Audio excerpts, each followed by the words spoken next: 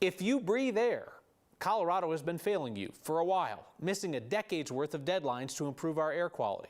Anusha Roy looks at the skepticism about a new plan being debated this week.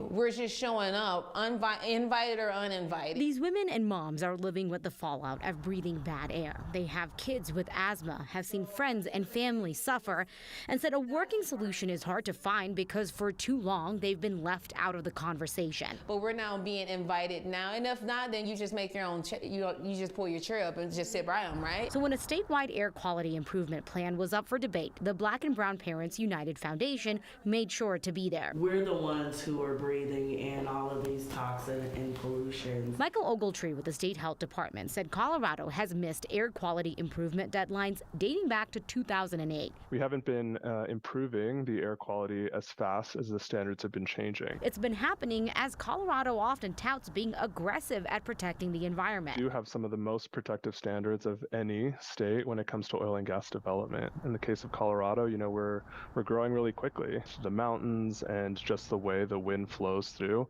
we are just in an area that is prone to development of ozone. The state hopes the plan will help Colorado course correct so that it can work towards achieving the 2008 standard by 2027 and make progress towards meeting the more stringent 2015 standards by 2024 through ideas like cutting down emissions from transportation and new rules for businesses. When it's lowered to 25 tons per year, it will increase the amount of sources that need to have more stringent requirements in their permits. It's a start, and I'm going to leave it as that. Cherie Walker Ravenel with BPUF says dynamics have started to change. We're all stepping up. She would like to see more details on how to transition entire communities into a greener way of life without bankrupting people, and more outreach to communities, better communication, and more trust. We're community members and nonprofits that are taking it on our own to monitor the air.